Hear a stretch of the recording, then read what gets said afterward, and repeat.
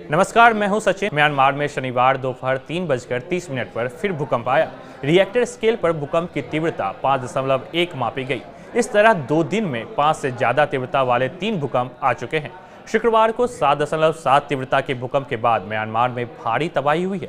मौत का आंकड़ा 10,000 से ज्यादा हो सकता है। यह आशंका यूनाइटेड स्टेट जियोलॉजिकल सर्वे (USGS) ने जताई है। भूकंप के झटके थाईलैंड और बांग्लादेश, चीन और भारत तक महसूस किए गए थे। न्यूज एजेंसी के मुताबिक म्यांमार के सैन्य सरकार ने कहा है कि मरने वालों का आंकड़ा 1002 हो चुका है, जबकि 2400 से ज्यादा लोग घायल हैं। उधर थाईलैंड की राजधानी बैंकॉक में 30 मंजिला इमारत गिर गई। इसमें 10 लोगों की मौत हुई है। म्यांमार भूकंप के चलते नेपिदा इंटरनेशनल एयरपोर्ट का एयर ट्रैफिक कंट्रोल टावर गिर गया है। सैटेलाइट तस्वीर में दिख रहा है कि टावर ऐसे गिरा हुआ है जैसे जड़ से जमीन उखड़ गया हो। फिलहाल ये जानकारी नहीं है कि इस टावर के गिरने से किसी तरह के जानमाल का कोई नुकसान हुआ है या नहीं। आशंका है कि भूकंप के समय इस टावर में स्टाफ भी मौजूद हो। शुक्रवार को म्यांमार और थाईलैंड में आए भीषण भूकंप ने इन देशों में तबाही मचा दी है। अब तक आप लोगों को इस आपदा के बारे में जानकारी मिल चुकी होगी, लेकिन बड़ा सवाल यह है कि कौन कौन से देश इस मुश्किल हालात में म्यांमार और थाईलैंड की मदद के लिए आगे आए हैं।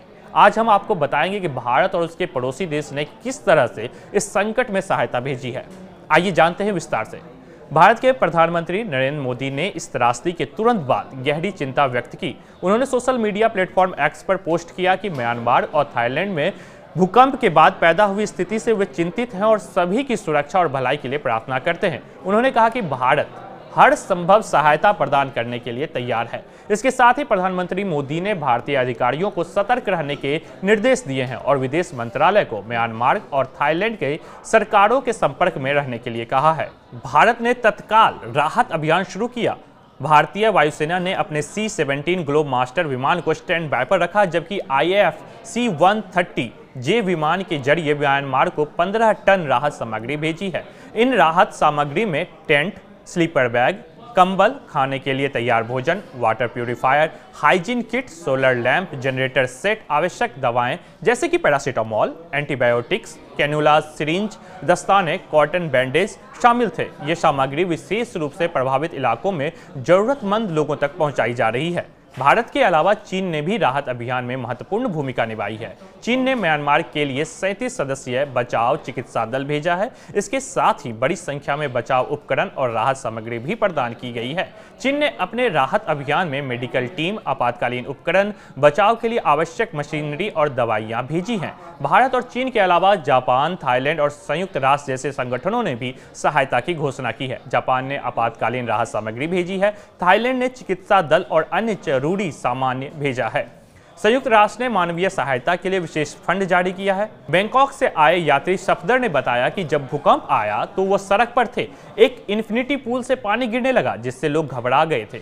कहीं भी इमारत गिर सकती थी, इसका डर बना हुआ था, लेकिन ऐसा कुछ हुआ नहीं। कुछ घंटों के लिए सार्वजनिक परिवहन बंद कर दिया गया था, लेकिन अब स्थिति सामान्य है। यात्री रंजन बनर्जी ने कहा कि जब यह हुआ तब आपातकालीन स्थिति थी। मॉल और दफ्तर खाली करवाए गए थे। मेट्रो रेल सिस्टम भी बंद कर दिया गया था। दिल्ली में विदेश मंत्रालय के आधिकारिक प्रवक्ता रणधीर जायसवाल ने बताया कि भारत ने ऑपरेशन ब्रह्मा लॉन्च किया है। इस ऑपरेशन का नाम सृजन के देवता ब्रह्मा के नाम पर रखा गया है, क्योंकि यह म्यांमार के पुनर्निर्माण में भारत की सहायता को दर्शाता है।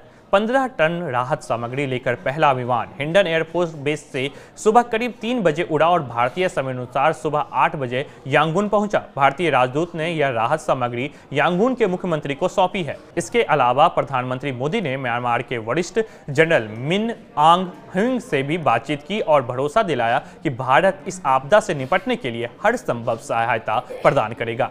म्यांमार और थाईलैंड में आए इस विनाशकारी भूकंप के बाद भारत अन्य पड़ोसी देशों ने त्वरित राहत भेजकर फिर एक बार मानवीय सहायता का उदाहरण पेश किया है। इस तरह की आपदा में अंतर्राष्ट्रीय सहयोग बहुत जरूरी होता है। आपको क्या लगता है, इस कठिन समय में और कौन कौन से देश आगे आएंगे? अपनी राय हमें कमेंट सेक्शन में जरूर बताएं।